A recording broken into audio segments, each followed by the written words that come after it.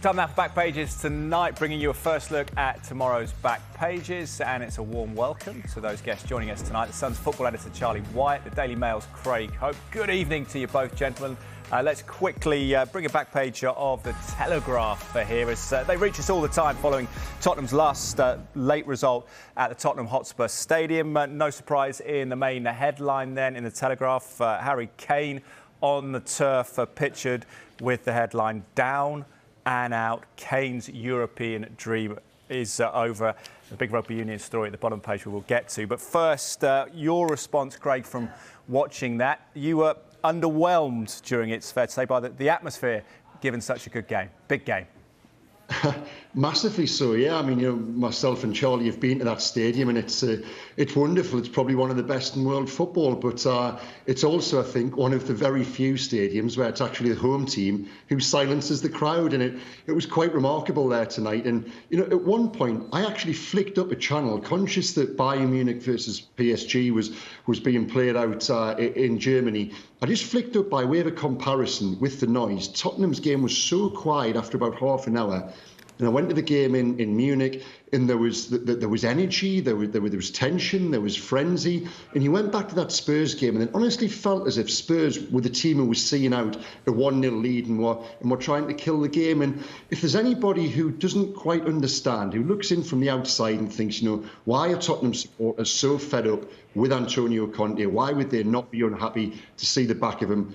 Well, you had your evidence there tonight. And the atmosphere, which you mentioned there, Teddy, that speaks of a disconnect between players, between managers, between manager, between supporters. And I don't think Conte will survive this. While he won't go immediately, I think, come the end of the season, I'm not even sure he wants to stay, to be honest with you. And that performance there tonight, it was listless. It failed to inspire, the tactics that were sent out, failed to inspire their own players. Certainly, as we touched on, the supporters had nothing to get behind. And it was just a really disappointing night because, as reporters for English newspapers, we want to see, these teams through. And at no point tonight was I convinced Spurs would do it. Yeah, AC Milan progressed. They've got a rich pedigree in the tournament, but this is the Times, and it's probably listless, the words Craig used, Charlie, but gone with a whimper is the Times back page. Does that pretty much epitomise the sentiment? And Tottenham fans will be as perplexed as they are disappointed tonight? Is that fair? I think it's absolutely spot on. If you go down, you want to go down fighting, don't you? You really do, really scrapping hard. And quite frankly, it was embarrassing tonight. I mean, when the draw was made, I fancied Spurs to go through. Milan aren't bad. They had a rotten January where they're getting thumped by 4 goals in a couple of matches. And even after the first leg, I really fancied Spurs. I thought Chelsea might struggle. But Tottenham, I thought, it'd be a big night for Harry Kane, just a big night for Conte coming back. And as Craig said, the atmosphere was really quiet. The players didn't do anything to get the fans going. There were almost, there was a real sort of lack of urgency, lack of desire. And you can't believe that, can you, in the last 16 of a Champions League game? Some of those players tonight won't maybe ever get that opportunity again. And some of them don't deserve it, to be honest. And I think the next couple of days now, in the papers tomorrow, we're going to be seeing, obviously, the match reports and what was said afterwards by Antonio Conte. Then the next day, I think we're going to be seeing more inquests. And as Craig touched on, Conte's future is definitely in doubt. I don't think he'll be there next season. But the key is Harry Kane. And tonight is a massive blow for Tottenham. And I think he'll be off in the summer now. Well, the back page of the Telegraph takes that angle, doesn't it, Craig, as well? The picture of Harry Kane, forlorn, frustrated on the turf there, with the sub-headline of "Frustrated Harry Kane looks on during Spurs' Champions League exit to AC Milan. A 1-0 loss in aggregate ends the striker's hopes of silverware for another season and puts his future at the club in doubt." What percentage would you give him a chance of being at Tottenham next season? Well, a lot could depend, Teddy, on who the next manager is as well. And it's a bit of not a secret in the game, but a lot of people at different clubs are talking now and saying that Antonio Conte won't be there beyond the summer. I think tonight has almost confirmed that. He's had a lot going on in his private life as well. There are a lot of mitigating circumstances in the past couple of months, but certainly what we've seen on the pitch hasn't been good enough for a long time now. And as I said earlier there, tonight just felt like everything coming together and shown to a much wider audience just why it hasn't worked between Conte and Spurs. But going back to your question regards Harry Kane, well, if a certain Mauricio Pochettino returns, then that could give Kane cause to rethink. But I think it is time for him to go now. What is he? He's 29. Next birthday is going to be 30, and he's stayed there long enough. Nothing has really changed. Pochettino went, and we saw Mourinho come in, and there was the promise of a better day. And Harry's always said the right things in terms of having a good relationship with the likes of Mourinho and with Antonio Conte. But that just hasn't really played out on the pitch. And for him to get his first real best chance and sniff at goal, what was it in the 92nd, 93rd minute? The header there, which was brilliantly saved. I would like to see, from a journalistic perspective as well, I think seeing Harry Kane move on from Spurs just to pursue a different story, one final chapter in pursuit of silverware. I don't think us reporters would begrudge him that. Spurs fans might think differently, but yeah, I do think it's time to move on. I think he will probably be pushing for that too. Yeah, he had a good header, didn't he? Well saved, Charlie, by Maignan towards the end of the game. Has the club let Harry Kane down? Has he sometimes failed to deliver on the biggest stage, including the Champions League final for Spurs? How do you assess the balance there?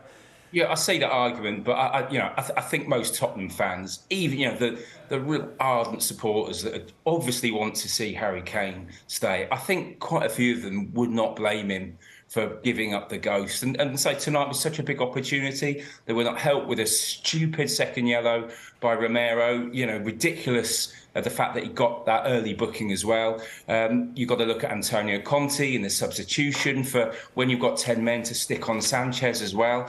That was a bizarre thing to do. So, again, I can understand why Harry would want to leave. But at the moment, it's going to feel pretty raw for Tottenham.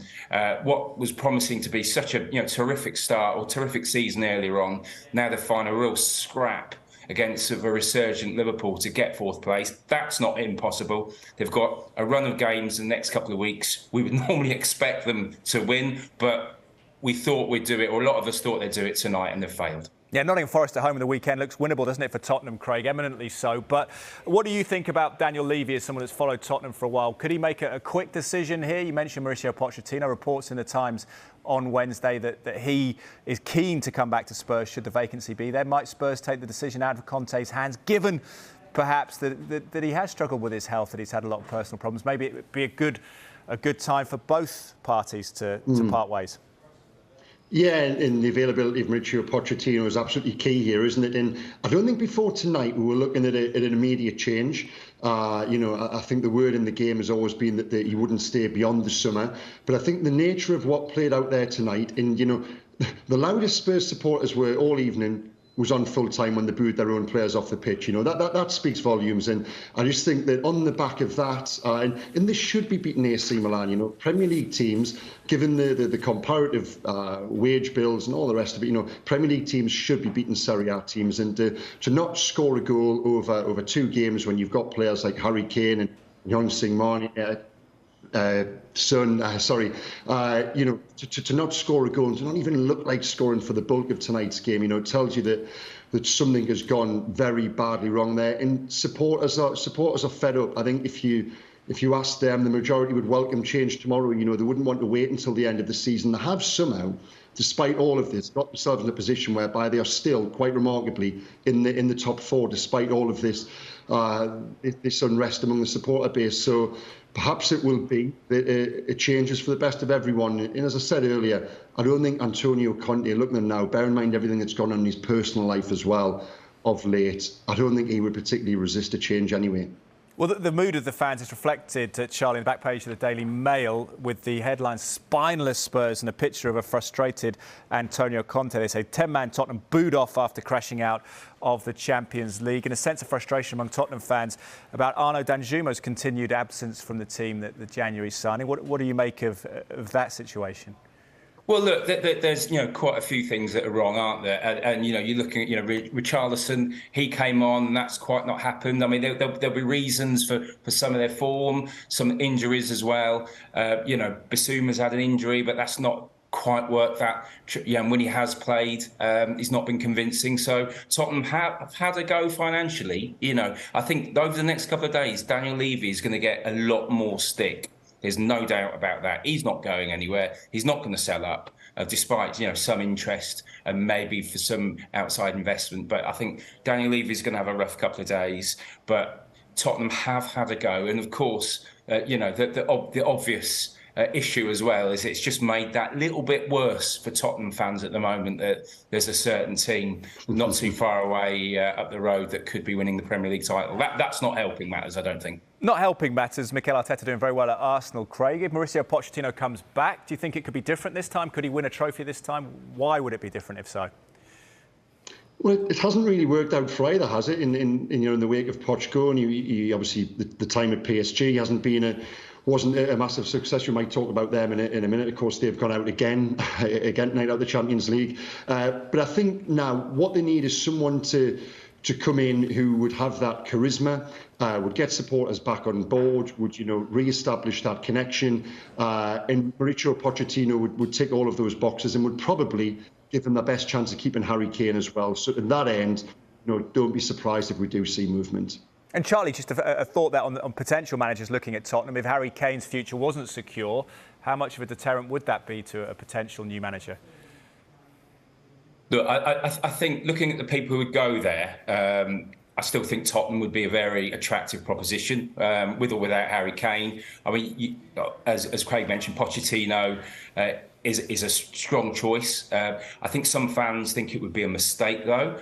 He left on good terms with Tottenham. That we have to remember that. And there was a bit of interest from Arsenal quite soon after, and he made it quite clear that wasn't ever going to be a goer. I think also Pochettino may have set his sights at maybe getting a Real Madrid or a Bayern Munich job, but that's not materialised. So Tottenham may not be the worst fit, but of course there's De Zerbi at Brighton, and who knows, even someone like Brendan Rodgers, who I think is an excellent manager despite a rough spell at Leicester, not giving any great sort of funds there last summer. So there'll be a few options. So whatever happens, Tottenham are not going to be short of managers very keen to go there. Yeah, we'll see how the Tottenham story develops in the coming days and weeks.